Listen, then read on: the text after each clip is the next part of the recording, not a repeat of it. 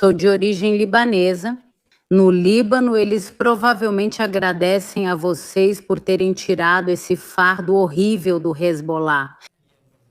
E só para informar as pessoas, Vocês sabem como começou e podem detalhar mais, mas muitos talvez não saibam que o Líbano teve várias guerras civis.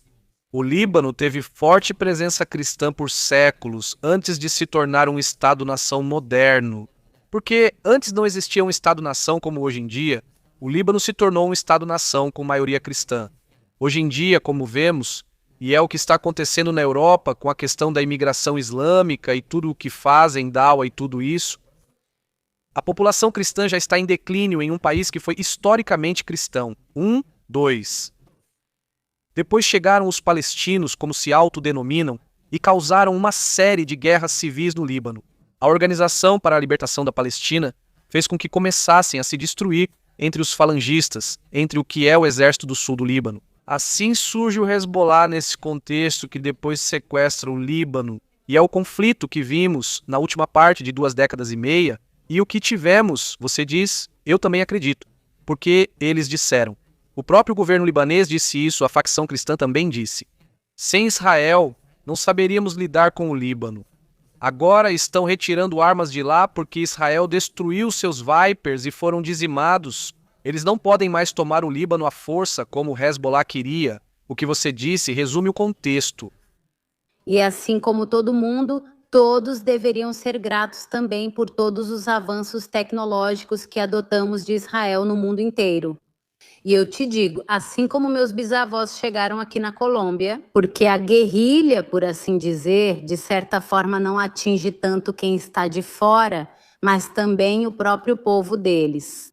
É tão absurdo e ridículo que até as pessoas de lá precisaram emigrar, até para Israel, para se sentirem seguras. Isso é algo louco, isso é muito, muito louco. E então, como eu te disse, eu realmente conheço a história. Eu queria te perguntar, Jacob, bem, além de que eu admiro muito aqueles que, bem, a comunidade, essa grande comunidade judaica em Bogotá, porque eu vivi muitos anos em Bogotá, porque as crianças dessa comunidade judaica não conhecem outra vida, ou seja, nascer na Colômbia, México ou Argentina foi pela mesma razão. Em todo lugar é uma criança. Eles não conhecem outra identidade ou cultura. Sou monoteísta, não judia, e admiro isso. Por isso mesmo, pelo fato de vocês terem sido desterrados tantas vezes, porque agora eu sei quem é o servo sofredor. Porque de verdade, que sofrimento terrível vocês aguentaram. E o fato de ainda estarem de pé é algo incrível. É louco, é muito louco. Mas então, não é segredo que Jerusalém, Judeia e Samaria pertencem a vocês, hoje chamada Palestina. E todas essas coisas malucas que inventaram eram de vocês, como diziam meus bisavós. Vocês poderiam ter lutado, mas só há cerca de 80 anos conseguiram formar um exército para se defender. O mundo não entende isso, muito menos o guerrilheiro drogado do Cacas aqui. Não entende as novas gerações, que também não entendem, também não sabem nada sobre a história do Oriente Médio, também não entendem. Então, eu queria te perguntar isso, Jacó. Como? Posso te perguntar?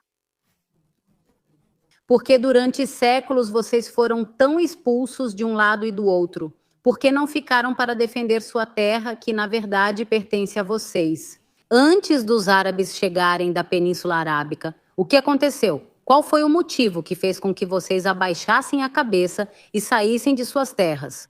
Foi assim? Os judeus realmente lutaram muito para ficar lá. No século II foi a última grande guerra, teve outras depois. Na verdade, houve várias tentativas de reconstruir Jerusalém, também no período em que o califa Omar chegou a Jerusalém. Mas a última luta para tentar restabelecer o país judeu foi no século II, com a revolta chamada Revolta de Bar Kokhba. Naquele momento era uma luta contra Roma. Eles ocupavam a Judéia e dizimaram os judeus de forma tão brutal que o trauma durou gerações. Os judeus realmente se levantaram em armas em várias ocasiões, na verdade, no século III eles se levantaram novamente e tentaram recuperar o templo. E assim depois chegaram os bizantinos, que também acabaram com tudo.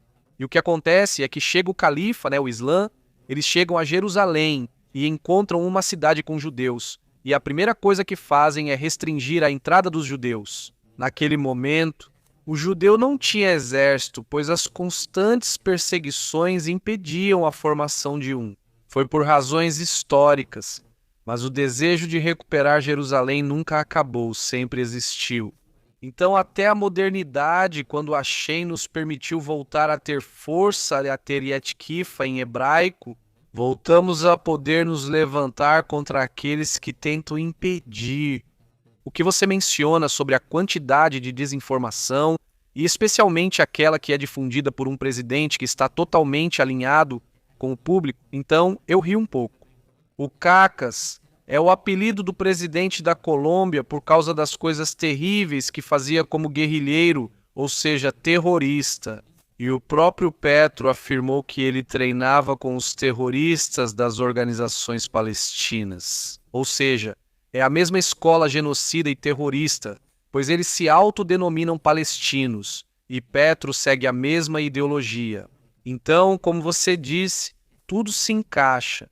Por isso eles ficam de um lado da história e nós do outro. E desculpa, Não era isso que eu ia dizer. No Líbano há vários povos vivendo lá há séculos. Por exemplo, os drusos. Os drusos são pessoas que aprenderam a se armar até os dentes e ninguém mexe com os drusos. Por isso, os cristãos são um grupo que historicamente decidiram não pegar em armas.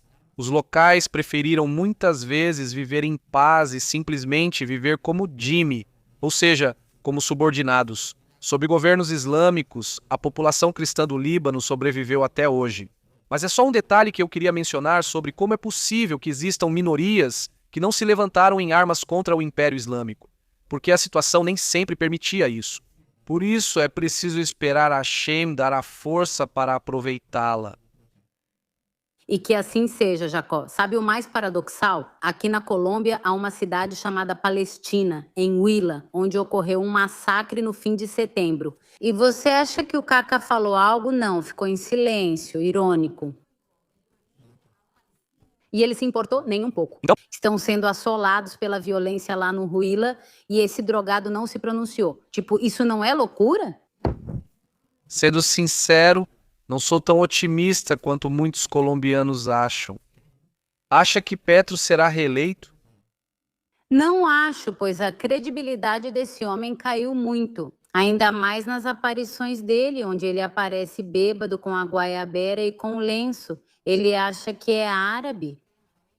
Não, eu digo que ele perdeu muita credibilidade. Muitos que votaram nele estão muito arrependidos, pois esperavam um Robin Hood dele. Não, esse rouba dos ricos e dá para nós, os pobres. E aí, pronto, assunto resolvido. Todo mundo pensou que era assim. E ele deixou todo mundo a ver navios, com certeza deixou todo mundo a ver navios. E não, não. Não, eu não acredito. Como você responderia a esses argumentos? Não sei se você é economista ou não, mas eu também não sou. Então eu tenho a minha explicação para isso. Mas agora com Petro o salário mínimo aumentou, que com Petro o dólar supostamente está estável, é um argumento que me disseram, não é verdade. Esse número só é mostrado por ele e só acreditam nisso aqueles que gostam dele, mais ninguém. É engraçado. Se mostrarmos o gráfico, vou procurar o do dólar naquela época. Agora parece baixo a 3.800. Muitos não lembram como era antes do Petro. Se mostro de 5 anos atrás, a luz impede de ver.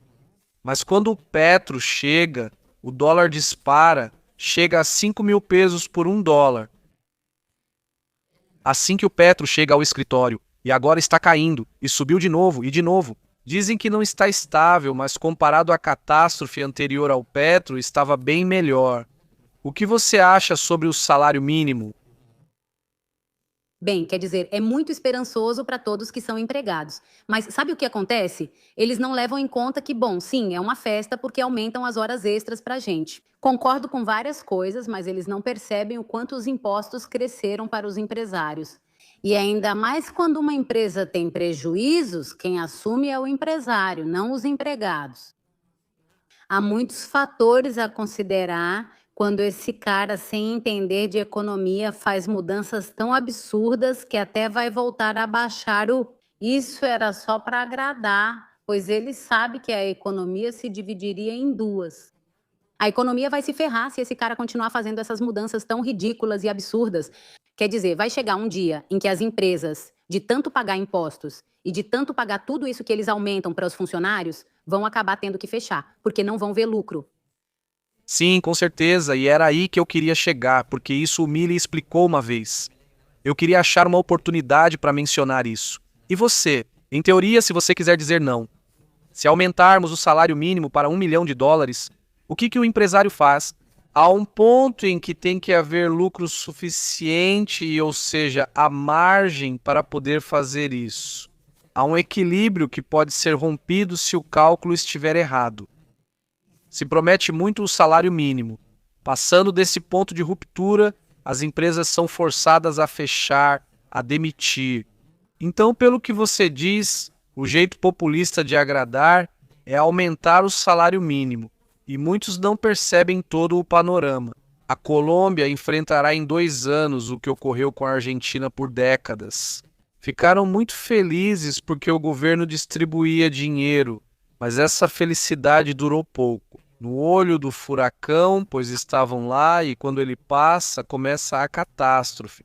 Como as pessoas não consideram esses fatores, não. Não levam esses fatores em consideração e se deixam levar por fanatismos até ridículos e precisam sentar e pensar no futuro dos próprios filhos. Pelo amor de Deus, não, as pessoas não pensam nisso e ficam pensando, o governo corrupto e não sei o quê. Mas será que perceberam que esse governo é ainda mais corrupto? Quer dizer, pelo menos nos governos corruptos anteriores. Todos nós pudemos estudar, conseguir um crédito no ICTEX, todos nós conseguimos casa, todos nós conseguimos tudo, mas é que nesse governo Mexica, quer dizer, Muitas empresas. não conseguiram decolar.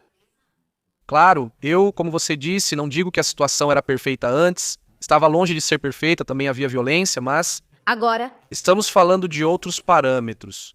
O problema é que as pessoas não analisam ou comparam os gráficos e números e se afastem da cadeira. De qualquer forma, te mando um forte abraço, né? Obrigado por estar aqui, muito obrigado. Me surpreendeu muito que, tendo origem desta mesma região, dos nossos vizinhos, e que sua família é desta terra, isso me surpreende. Que tenhamos dias de paz na região. Um abraço. assim seja, Jacó. Muitas bênçãos e boa tarde. Ó, Tidio, E tchau. que impressionante. Já conversei com libaneses daqui, mas nunca com os de lá. Que loucura.